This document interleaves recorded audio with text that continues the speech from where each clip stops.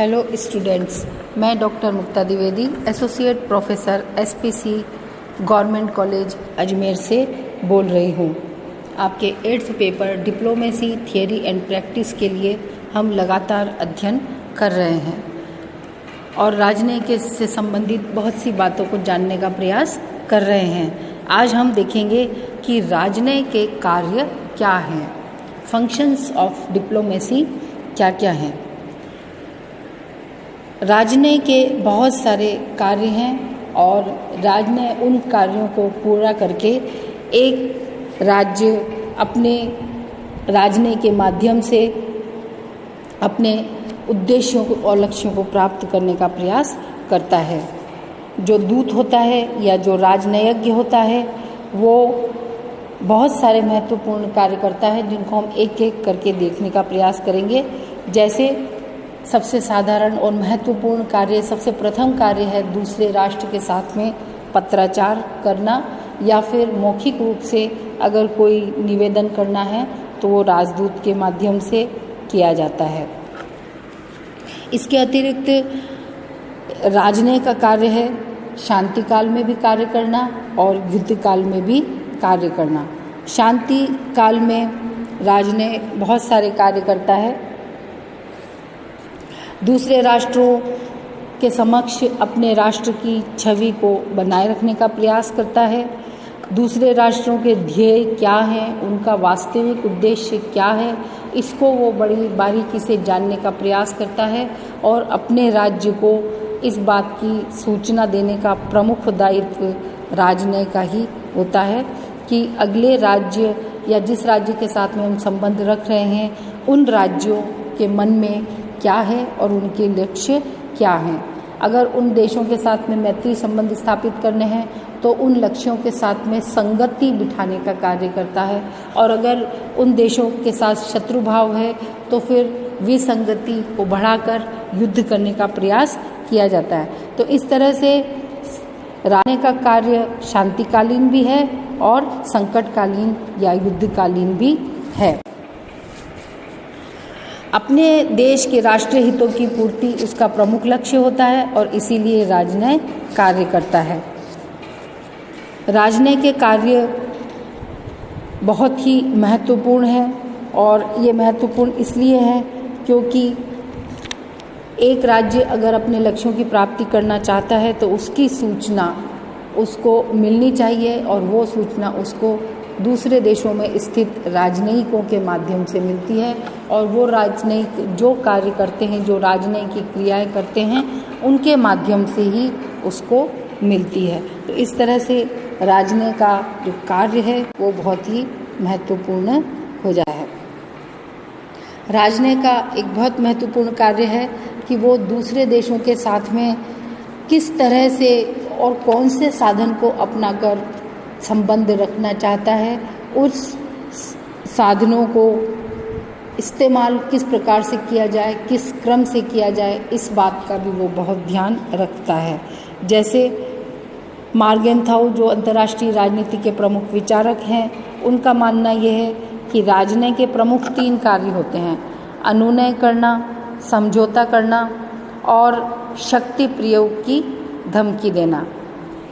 इसे दूसरे शब्दों में कह सकते हैं शक्ति का प्रयोग करना, छल कपट करना और अनुग्रह करना, यानी force, fraud and favour, 3F इसका भी नाम दिया जाता है। राजनीति सिर्फ शक्ति के सहारे भी नहीं चल सकता है और न ही सिर्फ अनुनय या फिर किसी प्रकार की प्रार्थना करने से चल सकता है। मार्गेंथाउ ने लिखा है कि राजनीति की कला एक विशेष समय में जो तीनों साधन हैं, अनुनय, समझौता और शक्ति प्रयोग की धमकी, इन तीनों साधनों का उपयोग उसके महत्व के अनुसार, उसकी आवश्यकता के अनुसार करने की कला का नाम है। यानी उपयुक्त समय पर उपयुक्त कार्य करना ही राजनीति का प्रमुख दायित्व होता है।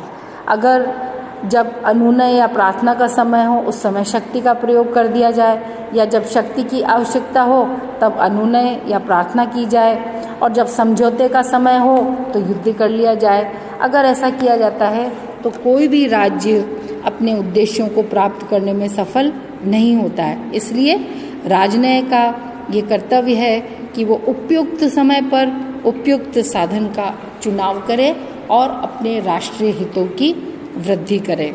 राजनय का मूल कार्य तो यह ही सही कि शांति बनाए रखना, और विशेष रूप से आज परमाणु युग में राजनय का ये दायित्व और बढ़ जाता है कि वो सबसे पहले शांति बनाने के लिए कार्य करे, शांति के लिए जो भी वो कर सकता है वो कार्य करे, क्योंकि राष्ट्रहित हालांकि ऊंचे होते हैं, फिर भी आज के समय में अंतर्राष्ट्रीय शांति भी बहुत अधिक महत्वपूर्ण है।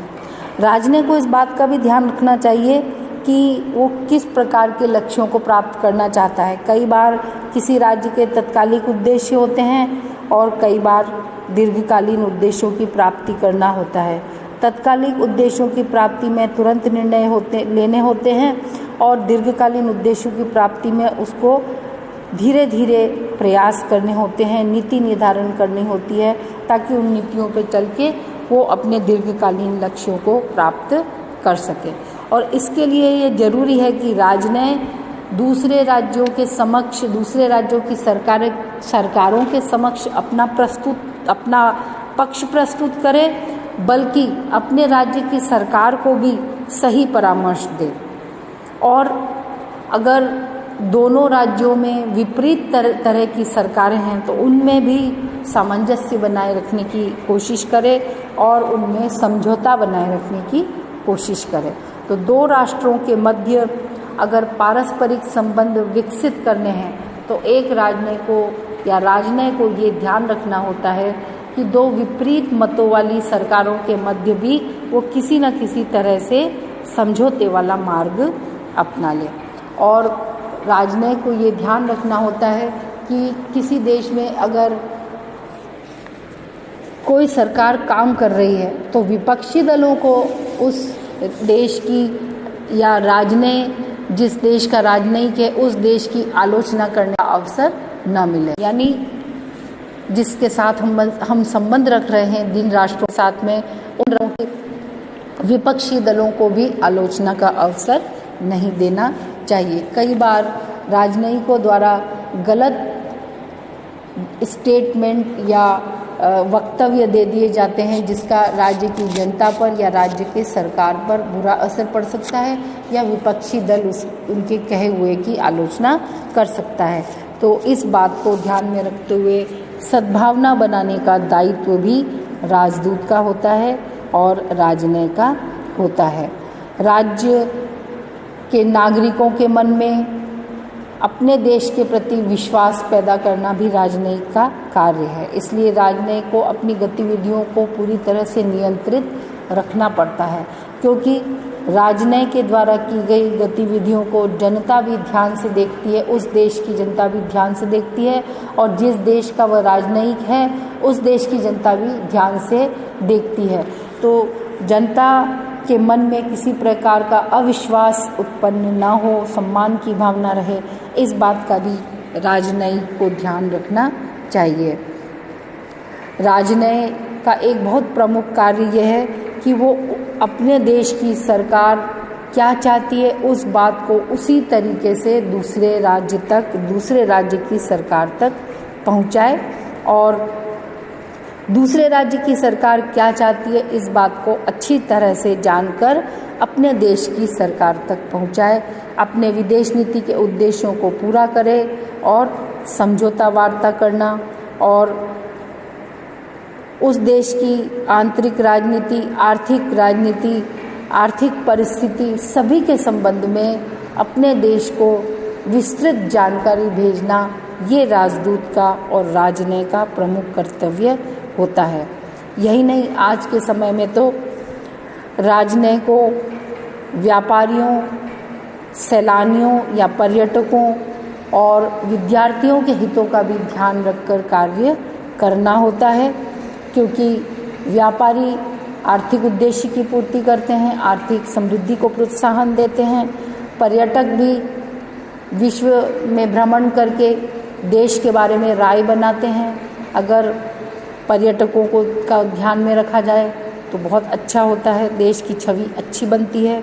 इसी तरह से आजकल एक देश का विद्यार्थी दूसरे देश में अध्ययन करना अगर पसंद करता है और वहाँ जाकर उसे कटु अनुभव होते हैं या उसे अच्छे अनुभव होते हैं, तो ये भी दो राज्यों के बीच में संबंधों को बढ़ाने में सहायक होता है। न सिर्फ संबंधों को बढ़ाने में बल्कि आर्थिक हितों के प्रोत्साहन में भी इससे मदद मिलती है। तो एक राज्य का ये कर्तव्य है कि वो इन व्यापारियों, पर्यटकों और विद्यार्थियों के हितों का भी ध्यान रखे और उनकी संपत्ति की भी रक्षा करे।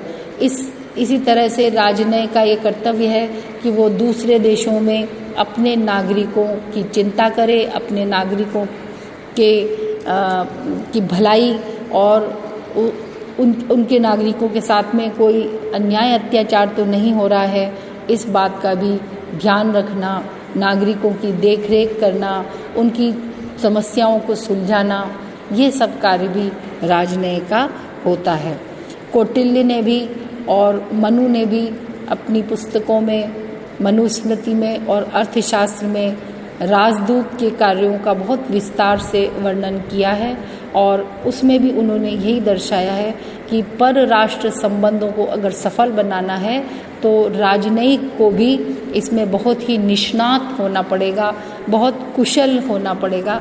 और उसने इसके लिए राजदूतों में कई विशेषताओं का भी वर्णन किया है और उसने माना है कि राजदूत तो सभी कलाओं में पारंगत होना चाहिए, सभी विशेष गुण उसमें होने चाहिए। आवश्यकता पड़ने पर उसको किसी भी गुण का इस्तेमाल करना पड़ सकता है और अपने देश की विदेश नीति के उद्देश्यों को प्राप्त करने के लिए उसको हर संभव कोशिश करनी चाहिए। और राजा को ये ध्यान रखना चाहिए कि विदेशों में राजदूतों की नियुक्ति करते समय उसके गुणों का विशेष ध्यान रखा जाए।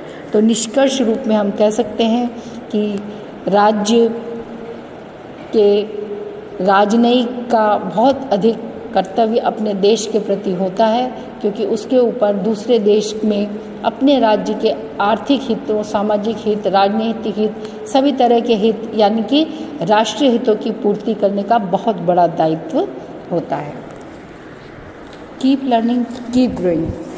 नेक्स्ट सेशन में, नेक्स्ट क्लास में हम पढ़ेंगे राजनय का महत्व, इम्पोर्टेंस ऑफ डिप्लोमेसी।